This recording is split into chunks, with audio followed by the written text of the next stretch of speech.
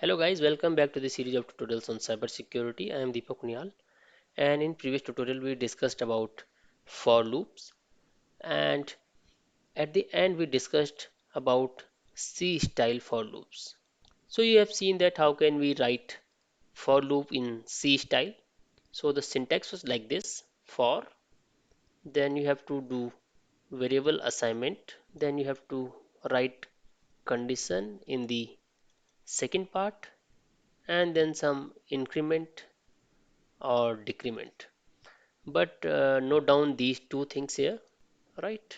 In C you write only one bracket, but here you are writing two brackets. So that is one important thing.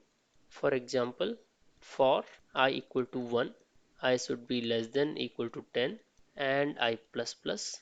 So it's a bit different from bash scripting also, because we are not using dollar sign here, and here spaces are also allowed, right? So always keep these things in mind. In one lecture you have seen that we were using expr command, right? But we are not using that here. So all these things are a bit different, and you can use multiple variables inside a for loop like this: for I equal to 1, j equal to 10, but condition should be only one, which is this, and then I plus plus and j minus minus. So you can run these examples on your own and understand how these works. Now we'll be moving towards another loop, and that is while loop. So how does while loop works? It's a very simple loop. So there is a keyword while, and then you have a test command, then again write do, you can write some other commands, and then done at the end. So when you are doing test conditions here, it's actually like if then command, right? So if you have read about this, it's simple for you to write conditions here. So I will take an example so that it's easy for you to understand this thing. So let's take one variable whose value is 10 at this moment, and then we are using while. Use this bracket to test conditions. I am testing one condition, that variable should be greater than 0, and then use do, which is must in every case, and then we are printing this variable 1, or just I will write variable, and after that you can do one more thing: variable equal to dollar, and then variable minus 1, and then end the loop here. One thing you should understand here in this loop, that the thing that we are doing at the last statement here is very important.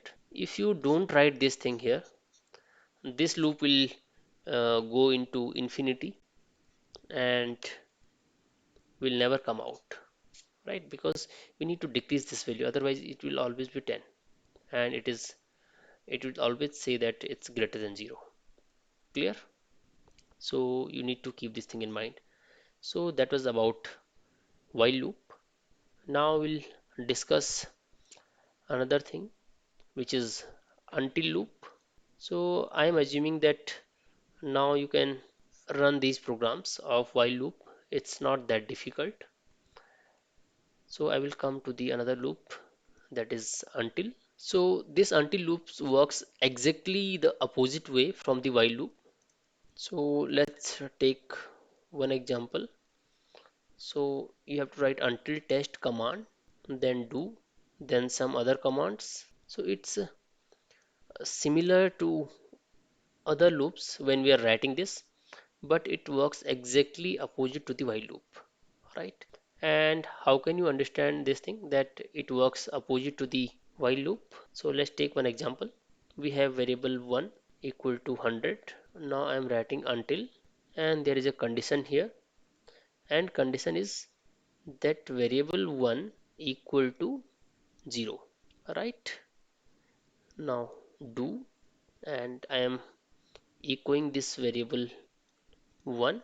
I am taking variable 1 and reducing 25 from that, and now loop is done. What should be its output? Can you think for 5 to 10 seconds and then answer it? So the right answer to this question is the first value it will print here is 100, then 75, then 50, and then 25. Why so? As soon as the value of variable is 0, the until command will stop the loop. Clear? So if it would have been while loop, what would you have done? If it equals 0, then it will come inside, right? But what it is doing, when this is going to become equal to 0, it is going out of this loop, right? So that's how while and until are two different command and works exactly opposite to each other. Clear? So you can run these commands in your terminal and ask me in case of any doubts. After that, we will talk about nesting loops. So this is also important. If you have gone through other programming language like C, C++ or Java, you might know what it means. So nesting means we are iterating one loop inside another loop. So it could be a equal to 1, then a should be less than equal to 3 and a plus plus. So this is C style for loop. Now you have to do something inside this. I am writing echo starting loop, and then I am writing a here, and inside that I am running another loop b equal to 1, b should be less than equal to 3 and b plus plus do echo. I will leave some space here so that it is indented a bit inside loop, and then $b, and now it is done, and outside loop is also done. So let's run this program in terminal and see how it behaves. I will create a new file, nestedloop.sh. So create a for loop for the a variable. Now echo. Create another for loop for the b variable. B also starts with 1 and b should be less than equal to 3. Then b plus plus do echo. I am giving some space here so that there is some indent, and now all these loops are over. Now see the output. I will just show you the program here using cat command.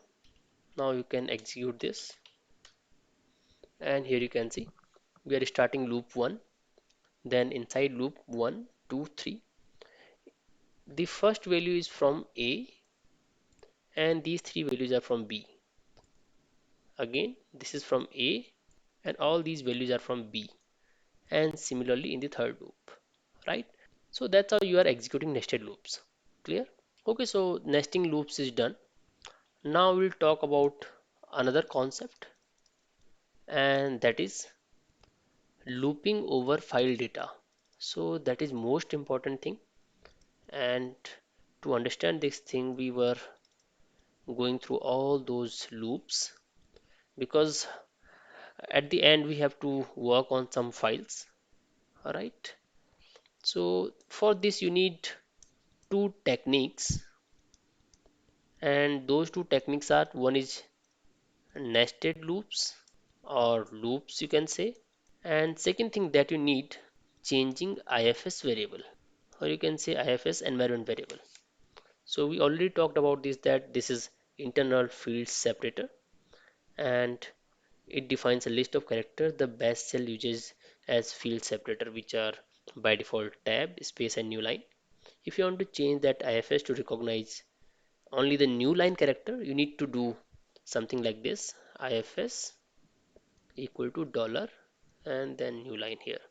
So we already talked about that, right? How to change that and how to assign that to our old value and restore it at the end. Clear? So you can do all these things. So let's take one example for this, and it is classic example to understand all those things. So what we are going to do, we are going to take a password file.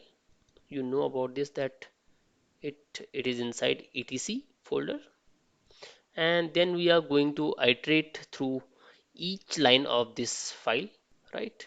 So let me show you the content of this file, and then you will be able to understand it clearly that why we need IFS for this. Clear? So see the content of password file. So it has lot of content. So what I will do, I will use less command here so that you can see the less content. Here you can see that we have one line, and here actually when you are talking about one line and another line, then you can use IFS as new line character. But when you are talking about only one line, then IFS should be different, right? And you have to set that to this column. Clear? That's how we can list all these lines and then separate fields of that. So let's program that first. So I am creating a file, list password content dot sh. So create a old IFS first, in which you are going to assign current IFS like this. Then make a new IFS, and this new IFS should be a new line because we are going to read every line using this IFS. So let's start by reading each entry of that file for entry in, and then you have to use cat command for this etc file, right? Now you are getting every line in this entry. Clear? So let's start other commands. We will echo this line first, values in entry, and whatever entries we are getting, that will be printed there.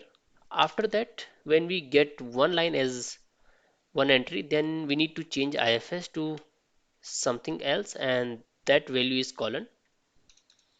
And after that we have to again iterate in this entry because this is one line and we have to get value from that, and that's why we change IFS to colon. Now write do echo again, and what we are going to echo here, we are going to echo this value, right? So now we are done with this loop. Come out of this, and now this is everything is done here.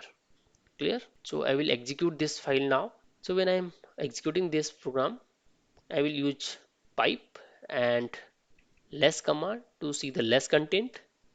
And here you can see this is the line that we extracted from that file, and then here is the separate entry from this line, and so on. You can keep pressing enter or arrow key and you will see the content of whole file if you want to see. But there's a lot of content, so we'll exit out of this file now. So you can see the program, how it was written to achieve this. Clear?